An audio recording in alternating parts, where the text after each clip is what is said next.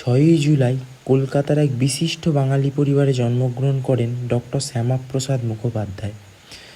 তার পিতা স্যার আশুতোষ মুখোপাধ্যায় ছিলেন কলকাতা হাইকোর্টের বিচারক এবং মাতা ছিলেন যোগমায়া দেবী।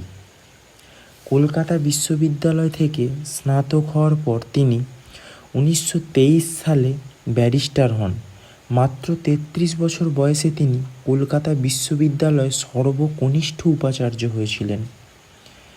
প্রাথমিক পর্যায়ে কংগ্রেসের হয়ে আইনসভার সদস্য হলেও পরে তিনি হিন্দু মহাসভায় যোগ দেন এবং 1943 থেকে 1946 পর্যন্ত সভাপতিও ছিলেন। তিনি স্বাধীন ভারতের সময় জওহরলাল নেহরুর ক্যাবিনেটের মন্ত্রীও ছিলেন।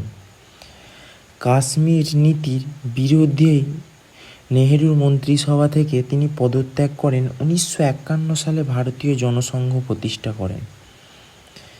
দেশভাগের সময় বঙ্গভঙ্গের বিরোধিতা করে হিন্দু প্রধান অঞ্চলগুলোকে নিয়ে পশ্চিমবঙ্গ রাজ্য গঠনের ক্ষেত্রে তিনি গুরুত্বপূর্ণ ভূমিকা পালন করেন, যার জন্য আজ তাকে পশ্চিমবঙ্গের স্রষ্টা বলা হয়।